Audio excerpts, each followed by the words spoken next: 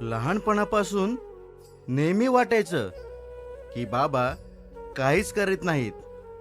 सकाळी कामावर जातात, संध्याकाळी थकून परत येतात. आमच्याशी फारसं बोलत नाहीत. हसणं कमी, राग जरा जास्तच. आईच सगळं काही करते असं वाटायचं. आमची काळजी, आमचं जेवण, आमचं रडणं, आमचं हसणं. आम्ही आजारी पडलो तरी आई, आम्ही हरलो तरी आई, आणि जिंकलो तरी आईच. बाबा फार तर आमच्यावर ओरडायचे. हट्ट केल्यावर नाही म्हणायचे. तेव्हा वाटायचं आई चांगली, बाबा कठोर. पण ज्या दिवशी स्वतः कमावण्यासाठी घराबाहेर पडलो, त्या दिवसापासून एक एक गोष्ट समजायला लागली. तेव्हा कळालं आईची धडपड ही आम्हाला मोठं करण्यासाठी होती, आणि बाबांचा संघर्ष होता तो जगाशी रोज लढण्याचा.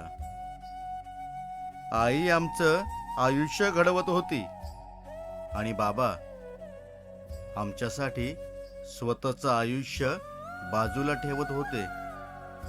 आमचा प्रत्येक हट्ट, आमचं शिक्षण, आमचे कपडे, आमची स्वप्ने, यामध्ये बाबांचा न दिसणारा संघर्ष होता. जो कधीच चेहऱ्यावर दिसला नाही, जो कधी शब्दांमध्ये व्यक्त झाला नाही.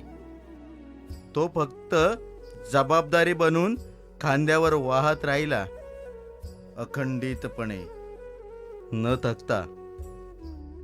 आज समजतं, बाबा रागीट नव्हते, ते थकलेले होते. ते अबोल नव्हते, ते चिंतेत होते. आम्हाला कधी कमी पडू नये म्हणून स्वतः कमी पडत गेले.